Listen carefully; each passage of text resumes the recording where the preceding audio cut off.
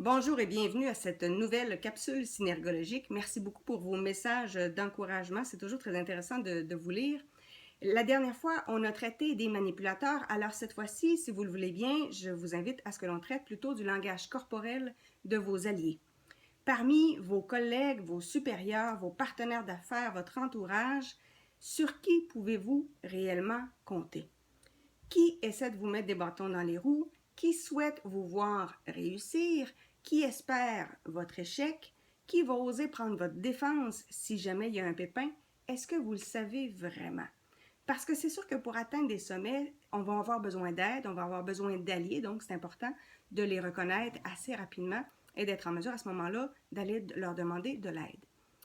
Au niveau de l'intérêt, l'intérêt des gens va se voir, entre autres, pendant que vous parlez. On commence toujours avec les plus grosses articulations, comme je l'ai déjà dit. Donc, on regarde le torse et les hanches. Est-ce que le torse est orienté vers vous? Est-ce que les hanches sont orientées vers vous? Et est-ce que les pieds sont orientés vers vous? Vous êtes en train de discuter. Dans les trois éléments, on est orienté vers vous. Ça se passe très bien. Vous êtes en train de discuter et la personne oriente plutôt son torse vers une autre personne ou vers la sortie. Il y a moins d'intérêt pour vous. La même chose pour les pieds. Si vraiment la personne a un intérêt pour vous, à votre approche, elle devrait avoir un vrai sourire. Un vrai sourire, ça implique que les muscles qui sont autour des yeux vont participer au mouvement. On va voir apparaître les petites pattes de doigts, on va voir la paupière inférieure qui remonte, ce qui fait que l'espace entre les deux paupières est beaucoup plus restreint. C'est ce qu'on appelle la fente palpébrale. Donc, la fente palpébrale est beaucoup plus mince et elle est surélevée. Donc, ça veut dire qu'à ce moment-là, on a un vrai sourire, ce qu'on va trouver avec vos alliés. Vos alliés vous regardent davantage avec ce que l'on appelle en synergologie l'hémi-visage gauche, donc le côté gauche de votre visage. Pour savoir si la personne vous regarde davantage avec son hémi-visage gauche ou droit, si elle le fait avec son côté gauche, vous voyez davantage son oreille gauche que son oreille droite. Si la personne vous regarde avec son hémi-visage droit, vous voyez davantage l'oreille droite que l'oreille gauche. Donc, quelle est l'oreille que vous voyez davantage? Quand la personne elle est bien avec vous, qu'elle est dans le lien, c'est l'oreille gauche qui va être davantage visible dans la communication. Alors que si on est davantage avec quelqu'un qui est en mode vigilance ou qui est en train d'analyser ce que vous êtes en train de dire, à ce moment-là, ce serait logique que l'oreille droite soit plus visible. Je vais revenir dans une autre capsule sur les notions d'intérêt parce que, évidemment, il y a beaucoup de choses à dire là-dessus et ça s'applique tant dans le milieu des affaires que dans la sphère des relations amoureuses, évidemment. Donc, je vais y revenir dans une autre capsule pour en traiter de façon un peu plus complète. Il y a ce qui est intéressant au niveau des alliés, c'est la gestion de la préférence. Dans votre cerveau, évidemment, on a une tendance à avoir une logique binaire. Hein? En informatique, on parle souvent du 1 et du 0. Le cerveau fonctionne beaucoup comme ça. C'est oui ou c'est non, c'est blanc ou c'est noir, c'est bien ou c'est mal. On fonctionne beaucoup de façon binaire. C'est la même chose avec nos gestes. On a remarqué en synergologie qu'on a deux types de logique que l'on appelle la logique interne et la logique externe. La logique externe, c'est que quand je décris une situation, je la décris comme si je la voyais devant moi en deux dimensions. Donc, je décris quelque chose qui est devant moi. Comme c'est quelque chose qui est à l'extérieur de moi, donc je ne suis pas dans ce que je suis en train de décrire, c'est une logique externe. Et à ce moment-là, je vais placer à ma gauche ce que je préfère et à ma droite ce que j'aime un peu moins. Donc, si je demande à mon fils, est-ce que tu veux manger une tarte ou un gâteau? Puis s'il me dit, ben, je veux prendre un gâteau ou une tarte, je ne sais pas trop, il a placé la tarte sur le côté gauche. Je sais qu'il y a une préférence pour le morceau de tarte. Ça va être la même chose avec les gens qui sont autour de vous. Vous leur demandez, ben, est-ce que vous êtes plus à l'aise avec le projet A ou le projet B? Le projet B est dans la main gauche, le projet B est du côté gauche, le projet B est favorisé. Ça ne veut pas dire que le A n'est pas apprécié, ça veut juste dire que le B est préféré par rapport au A. Donc, on va placer sur notre côté gauche ce que l'on préfère davantage. Ce qu'on appelle la logique interne, ça veut dire que l'individu se positionne à l'intérieur de ce qu'il est en train de décrire. Donc, au lieu de décrire quelque chose qui est devant lui en 2D, on est dans une situation où on décrit comme si on était à l'intérieur de la situation et ça se passe donc autour de nous en 3D. Donc, est-ce que je préfère Marie ou Sylvie? J'ai placé Marie plus près de moi, Sylvie plus éloignée de moi. Je préfère Marie. Même si Marie, elle est du côté droit, Marie ou Sylvie, Marie est plus près de moi. Même si elle est à droite, elle est plus près de moi. Donc, c'est ce que je vais préférer. Le plan A, le plan B, je préfère le plan A définitivement. Donc, plus près de soi, ce que l'on apprécie, et un peu plus éloigné, ce qui arrive en deuxième lieu.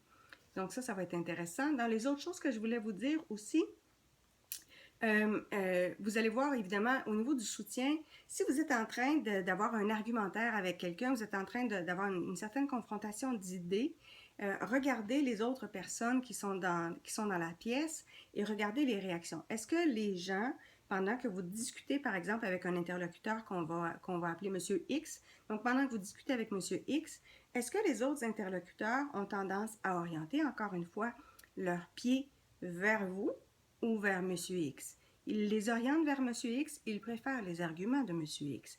Ils les orientent davantage vers vous, ils préfèrent vos arguments. Même chose pour les croisements de jambes. Je ne parle pas des croisements de bras, mais bien des croisements de jambes.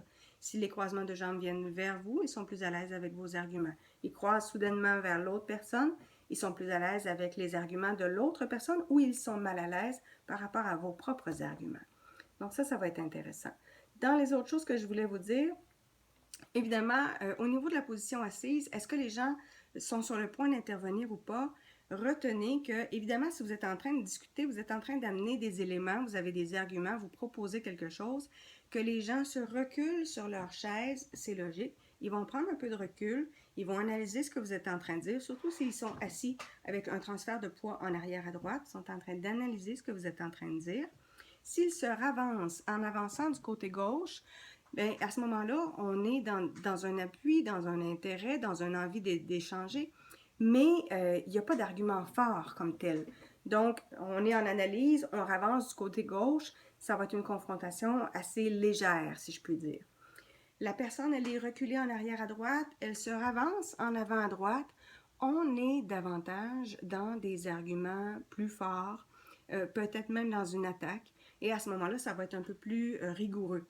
Donc, ça va être intéressant de voir si, par exemple, vous êtes à la gauche de la personne et que la personne qui vous confronte est devant.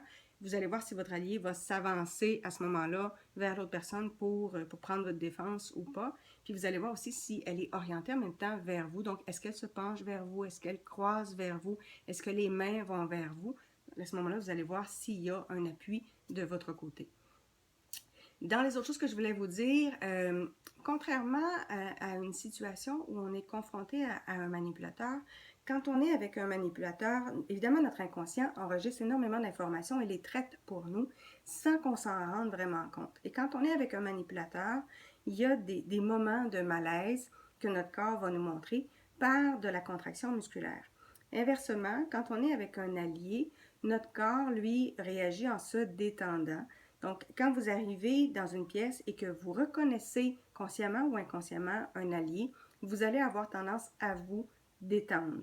Donc, vos poignets vont être plus fluides, vos chevilles vont être plus détendues, vos épaules vont être plus détendues. Votre corps va vous le dire s'il est bien ou pas. Comme suggestion de lecture cette semaine, je vous propose un livre de Fletcher Peacock qui s'intitule « Arroser les fleurs, pas les mauvaises herbes ».